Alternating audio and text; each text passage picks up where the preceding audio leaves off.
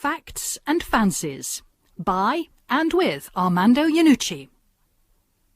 On writing a book. Writing a book is an undertaking far more horrific than I'd ever imagined. Not only must the writer come up with several tens of thousands of words, not all of them the same, but he or she must arrange them in an order that makes some sort of sense to the first-time reader. It's no use starting your book, Linford Christie stepped into the horse box, bemused by the wall of mushrooms which stood grinning at the back, if you have no intention of taking these ideas any further. To start a book with this sentence, but then take your eye off the ball for a moment and end up writing a 20,000-word guide to Polish war memorials deserves the highest criticism. It's a fault that took me many months of practice to avoid. Others have been less meticulous. I'm surely not the only one to have noticed that Will Hutton's otherwise admirably written economics bestseller, The State We're In, opens with the sentence, "This book has been carefully graded so that you can begin with one or two elementary dishes, yet soon be able to set out a full Thai meal with all its unique flavours."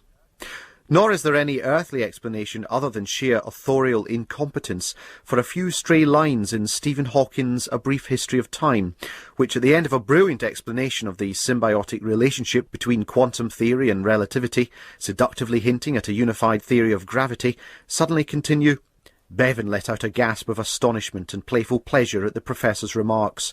"Oh, boy," she yelped like a cat. "Tell it to me one more time, 'cause I'm on fire, particle man." She remembered now their curiously interrupted love-making from the previous night, and resolved to hammer the door shut this time. The remaining 90 pages revert to a discussion of particle-wave duality within light emissions. Consistency of subject is therefore a prerequisite for even the most vaguely competent stab at a book. But there are more basic concerns that have to be addressed first. For example, what size of book do you intend to write? To resolve the issue, I spent months locked in negotiations with my editor and various 3D cardboard models of my proposed work. One model was for a book 5 millimetres thick and 4 metres high. I'm told it was life-size. We dismissed the notion as impractical. I'd always been a fan of the thickness of Nicholas Nickleby and Wild Swans, and wanted to aim for something similar. I was also impressed by the sensible height of the Inspector Morse series. After some arguments and tears, we agreed that the final book mould should deposit into people's hands something thicker than J.G. Ballard, but without ballooning into Robert Ludlum. As for subject matter, I was initially interested in writing an encyclopedia of folklore, and indeed the first draft of this book went pretty much along those lines. However, one or two changes have occurred along the way. My editor made improvements in the structure, first by eliminating the encyclopedic element, and then by producing a chart which showed how much the idea of a book about folklore is hated by all of the reading public. I'm extremely grateful for her gentle emendations. Since falling in with her and her book-positing cronies, I've become party to a shameful trade practice, which I now feel it my duty to snitch on here, namely that the endings to most volumes of non-fiction currently produced in this country are being fixed by overseas betting syndicates. If you think it beyond the imagination of good writers to sink into the mire, then just look at the following paragraph which ends John Pilger's most recent manuscript, recounting his trip to East Timor. "The weapons industry still flourishes in this land of the impoverished, and the rain that nurtures it is a rain of hard cash poured out of Western aid budgets. It's as grim a certainty that the local arms factory will be in constant production this winter as that Dunfermline will have to pull out all the stops if they want to avoid bitter defeat against Hamilton on Saturday." Insightful analogy? Maybe, but British non-fiction writers are big business in certain parts of the world, and in flea markets all over Thailand and Singapore, illegal bets are being placed on the conclusion of their works. How else can you explain these lines I found near the end of Bernard Levin's latest scroll? Solzhenitsyn then turned and left me alone in the room, and as I watched his frail yet curiously powerful form withdraw, I could only tremble at his parting words, that Russia is in a kind of waking death, and that Berwick manager Tom Hendry may face an upset when his youthful side meet Dumbarton at the weekend. A brief glance at the Sunday sports pages at the time of publication will tell you that Alexander Solzhenitsyn was indeed no footballing novice. But why the intrusion of Scottish football speculation in an otherwise dull tome about the elderly? Under normal conditions, the odds on someone like Jonathan Meads ending his restaurant guides with a reference to Scottish Division 2 must be enormous, so obviously somebody somewhere would have made a lot of money when last spring this appeared. All in all, then, extraordinary walnuts, in a quince sauce dribbled onto the plate as exquisitely as veteran East Fife striker Steve Archibald dribbled a late equaliser past Clyde on Saturday. Lunch £90.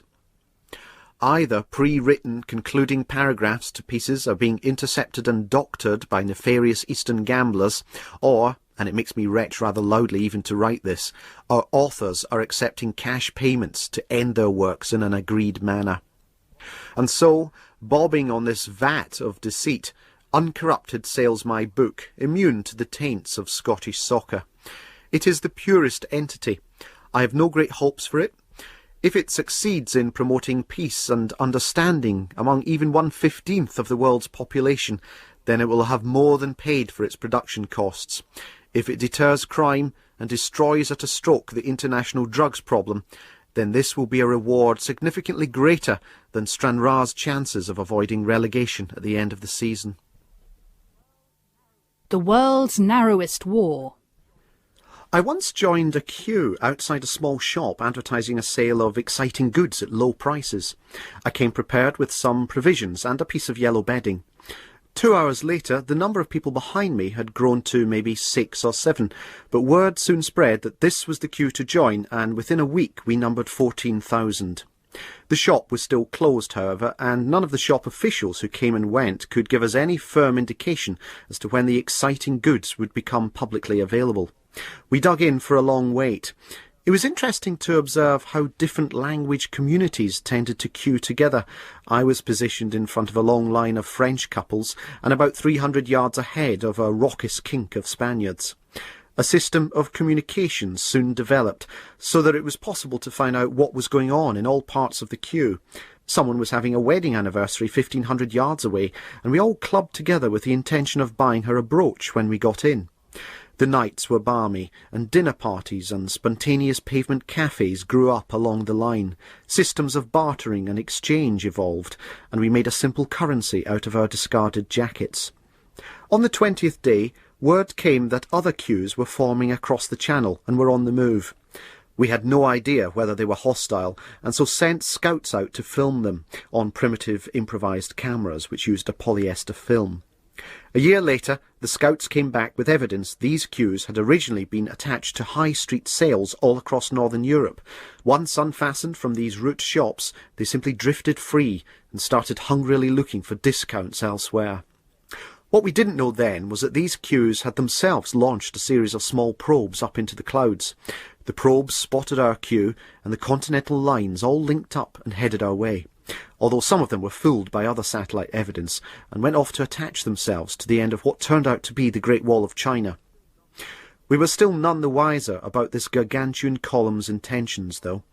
Would it join on to our end, or try to dislodge us from the front? We prepared for an onslaught. Another year later, still with no sign of a start date for the sale, we spotted the European queue on the horizon. It looked like nothing was going to stop its insatiable hunger for bargains as it swept forward. Little lines of people in its way were easily consumed by this powerful mass of waiting humanity. Within hours, the enemy queue was at our tail, just 4 or 5 feet off, where it then suddenly stood and kept an eerie silence. They had not connected. They stood there, this multitude of some 300,000 souls, lying in attention mere paces behind us. And we, who had grown over the years into a considerable file ourselves, maybe numbering 250,000 patient individuals, could only wait in front of a door to Phoenix and fear the worst. Little did we realise what the worst would be.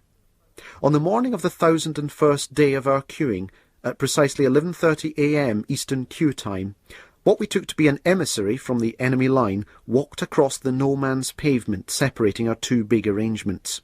She walked carefully towards us, but instead of stopping behind the gentleman at the end of us, moved forward to some children 4 or 5 ahead of him and started barging in. Obviously everyone around tried repulsing her, but the damage was done. With our attention diverted, it was an easy matter for another invader to move forward and shove in further up. Soon the advance assumed a weary pattern, as every 30 seconds another one came casually up and just pushed in, as if they had every right to be there. On and on they came, one at a time, right through the night, as rude as can be, until all 300,000 of them had perpetrated the largest incidence of mass queue barging ever to have occurred in the Northern Hemisphere. By the end, many of us had become demoralised and went home, but others stayed on to fight. Unable to dislodge most of them, we took their names and warned them we were going to report them to the manager of the shop once the doors were open. And now we live with them in an uneasy peace.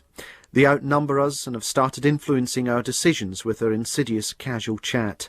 They tell us that the stuff on the first 2 floors is worth avoiding, and that the real bargains are to be had up in the bedding section on floor 4. They suggest that shorter skirts and lighter trousers are probably not going to be the fashion this summer, and that maybe we'd be better holding off for our clothes until next year's January sales. Some even claim they're not interested in the sale at all and have just come to return stuff. Many of us have become dejected and frightened. Meanwhile, the enemy queue people keep letting their friends in. No news has reached me from the door. I can only hope that the sales staff has spotted what's going on and have resolved not to let these monsters in. If so, then I will quite happily stand here for another 3 years until I see every last one of them drop. Our country's integrity over this position must be maintained, and their crimes must be avenged. I will defend my God-given right to buy a cheap scarf, even if it's the last thing I do. What on earth are we doing to ourselves? And to each other? Lyrics from an imaginary album. Track 14. Think of the rainforests sitting all empty. Think of the atmosphere soiled like a panty. Think of the ozone torn to shreds, and those baby seals with their concussed heads. 1,000 species disappear around about once a year. 1,000 more are very poorly. Can't we stop it, surely? Our ecosystem's falling down, falling down, falling down. Our ecosystem's falling down, we're all crazy. Let's do something about it. If only we got our finger out and stuck it in the ozone, we'd stop our polar ice caps sloshing about unfrozen. There is hope, there is a chance, the Earth can be better if we switch to something like a catalytic converter. 1 million lives are lost because man can't be tossed. 1 million more can be secure if we used organic manure. Our ecosystem's falling down, falling down, falling down. Our ecosystem's falling down, we're all crazy, but we really can do something about it. We kill cows and kudu to feed our mammon, and slay the meek and hairy for a hunk of gammon. Yet our population grows 50 times its size, and will get worse unless we compulsorily sterilise. 1 billion people from Mull to Mogadishu daily propagate enormous issue. Another billion accidentally spawn by dry humping without their clothes on. Our population's going up, going up, going up. Our population's going up, it's so crazy. We must enforce a programme of mandatory birth control on a massive scale.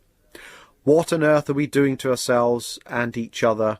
What on a massive scale? Lyrics from an imaginary album. Track 19. Shoplifting Girl. Stay while I report you. You can't evade this man. 'Cause my love I've caught you running off with ham. Ooh, you're a shoplifting girl, and you're committing an offence by shoplifting girl at a superstore's expense. Yes, you shoplifting girl, you think you're so smart, 'cause you shoplifting girl have appropriated my heart. I saw your furtive glances, and though my mind was smote, you took some stupid chances, hiding chops beneath your coat. Ooh, you're a shoplifting girl, and my heart's in your pocket. Yes, you're my shoplifting girl, and I want you to drop it, 'cause you, shoplifting girl, perpetuate deceit, 'cause you, shoplifting girl, have meat but no receipt. I asked for your name, then melted, oh Melanie, but I know your game, you're committing a felony. Giblets might look nice to an inveterate thief, but you'll pay a heavy price for stealing frozen beef. Ooh, shoplifting girl, yeah, come quietly, this is the manager. Ooh, shoplifting girl, yeah, it's going to be all right. Just 1 or 2 questions, hand over the venison.